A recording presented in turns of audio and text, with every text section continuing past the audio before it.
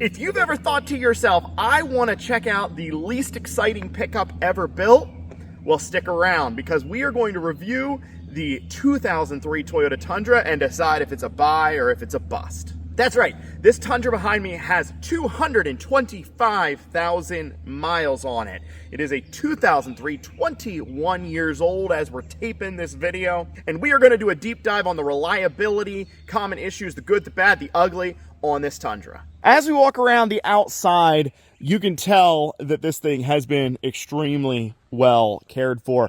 This is a really interesting truck to me, and kind of why I said it's the least exciting, but it is interesting, and that is because it fills in a slot that is right below full-size pickups, but still larger than mid-size pickups. Toyota claimed that this was a full-size pickup, but it's really not by any dimensions. So it's just kind of its own unique size. And then in the next generation, they did make it a true full-size 1500 pickup. They actually wanted to call it the T150 originally, but they were going to get sued by Ford, so it is the Tundra. As you can see, the paint shines pretty nice. Toyota does have a tendency to have these whites where they get really, really dull, but they can be shined up and look pretty nice. No rust to speak of, but we do need to talk about rust because it is the biggest Achilles heel for this generation of Tundras, and that is the frames rust. Toyota had a big problem across all of their, full-size frames, and the Tundras are one of the worst culprits out there. So they issued a warranty on them and replaced them, and this truck has had that done. If you noticed a few years ago, they've pretty much all done now, but if you went outside of a Toyota dealership, there were stacks and stacks of new and destroyed frames out there from rust issues. Otherwise, on the outside, I don't really have too much to talk about. Everything has held up really nicely. There's a few scratches, dings, dents, as you would expect from the age, but nothing that I would consider to be a defect. Headlights have been replaced with some brighter ones because of typical Toyota headlight oxidation, not a big deal. And as far as styling, I think these are bland at best. I feel like the headlights are part spin. They kind of look like they're out of a Chevy Venture, and I can't really unsee that. I feel like they just went the very conservative route on these guys.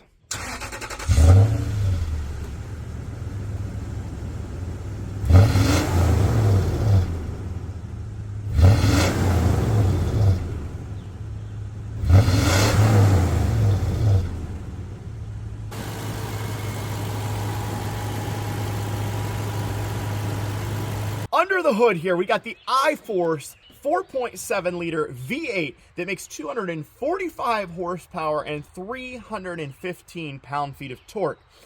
The 245 was a little bit low even for this generation of trucks across all the makes, but the 315 pound-feet of torque is very healthy. And one of the more impressive things for this generation of 1500 pickups is that this actually towed 7,100 pounds, which is pretty good. I was very surprised to hear that number because most of them were a little lower than that, and especially this being a smaller truck, I was surprised that it towed quite that much. Now, I'm sure that it would push this truck around, being that it's a little lighter than some of the other pickups.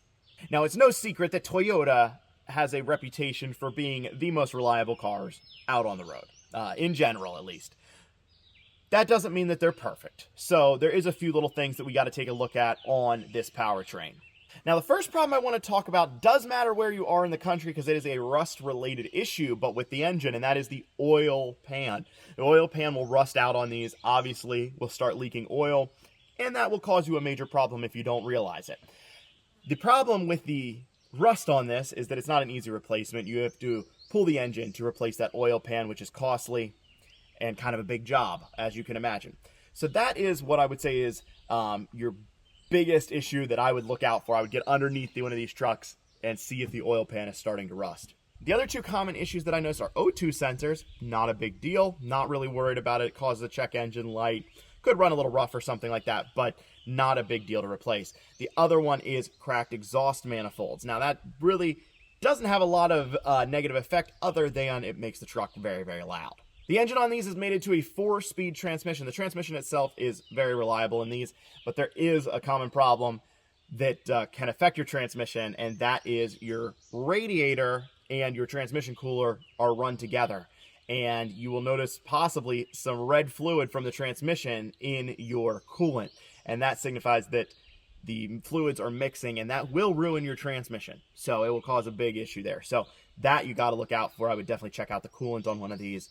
Make sure that there's no signs of any cross-contamination there. As we move on here to the interior, this interior has held up extremely well. I really have almost nothing to say about the interior, other than, if you're talking about style, these still feel like every Toyota of this generation, like they are from the 90s rather than from the 2000s. I don't like the design in these interiors at all. It's cheap plastic. They do wear pretty well, but there is nothing in here that impresses me other than it's functional.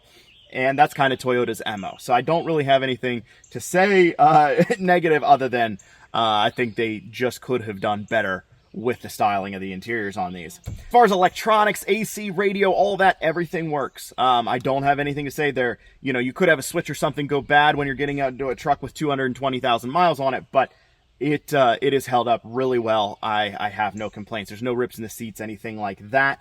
One thing that I do think is apparent when you get in here is that the size inside here is much smaller and feels smaller than the other full-size pickups of this generation. Now, this truck is an extended cab, so we will talk about rear seat room. One of the things I think is ridiculous that Toyota did is put this handle on the outside. You can't open this door without the front door being open anyway, so I don't understand the external door handle. That is a nitpicky thing, but it's kind of awkward the way you have to grab it, and I think they should have just put one on the inside of this door like all the other manufacturers. In the back seat here, I am not trying to bust out laughing because it is laughably kind of unusable, other than for storage or for small children. This seat is where I would sit, and my knees are into the back of it pretty hard, and I am not a tall person. The seat feels like I'm sitting in a kindergartner's chair, and my head is almost touching the ceiling. And while I may sound like a broken record on this, I know I mentioned the front seats seem smaller than a regular full-size pickup. That is absolutely noticeable here in the back compared to any of the full-size pickups of this generation for an extended cab. This is significantly smaller and should only be used by an adult back here in case of an emergency. I would not go on a road trip back here. Just as Toyota says, we are now moving forward to our test drive. And I'm actually pretty excited about this test drive. I haven't driven a ton of these trucks, but I expect it to be as boring as all the other Toyota vehicles. Toyota vehicles in general, if you watch any of my other reviews with Toyotas, are just boring, but not in a negative way. Like, they just function and you don't think much about it, and there's nothing exciting or flashy, but they work. And I think there's actually a big value to that, and I think that's why so many people buy them. We are on a bumpy back road. I notice no clunks or anything like that, and that could be because ball joints commonly have to be replaced on these things, so you got to keep up with that. They have a lot of ball joint wear on these trucks, and that is something you will run into if you buy a used one of these. You're gonna have to go through ball joints more frequently than other vehicles, and so if you hear that clunking, most likely it's your ball joints. Steering itself is tight, and now we are going to try a little bit of a pull here to see all 245 horsepower of this little I-Force.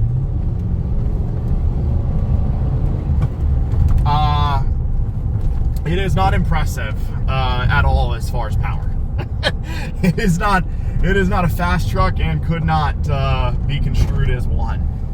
Now, unlike some other vehicles, even though it is not fast, it also does not get good fuel mileage. The fuel mileage on these is abysmal at like 13 and 16 on the highway, so you're going to average like 14, 15 miles to the gallon for very little power.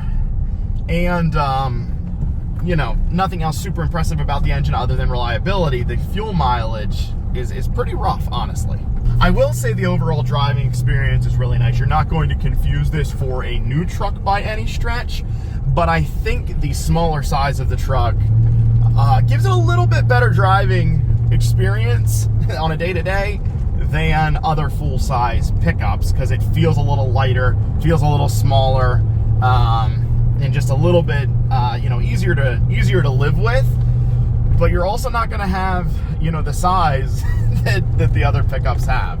I think the biggest thing I notice when I'm driving this truck, the interior, the size, all of that stuff, is that this is built for like the suburban life where you go and you know, I don't know, tow a little garden trailer, or you go get your mulch in the spring, something like that. It is built for like the tasks in the suburbs, not for any real heavy duty work at all.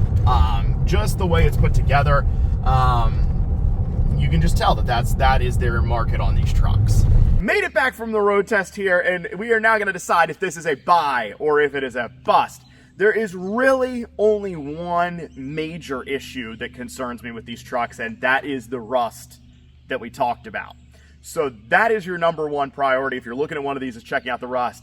And you can check with Toyota beforehand to see if the frames have been replaced, what the issues are on that. There is some stipulations that are far too complicated for me to get into in a video, but I would absolutely check out the rust on the oil pan and the frame itself. Fortunately, the bodies on them actually hold up to rust pretty well, but that kind of hides some of the actual structural and big rust issues that you might have. So it's a good and a bad thing there, I guess. But all the other issues on these trucks, I am not really that concerned about. The price on these runs more expensive than other small trucks or 1500s or anything of this generation. Toyota always holds its value, and these trucks are no different. They run about $6,000 or $7,000, even with higher miles, and sort of a surprising just how well their value is held.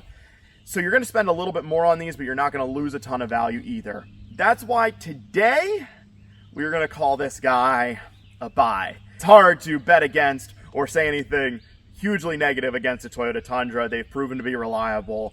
There's so many still on the road, and as long as you can avoid those rust issues, you're going to have yourself a solid, cheap truck. With that, guys, I appreciate you watching. Let me know your thoughts down below. I want to know if you agree, if you disagree, what your experience with the Toyota Tundras are. Thanks for watching.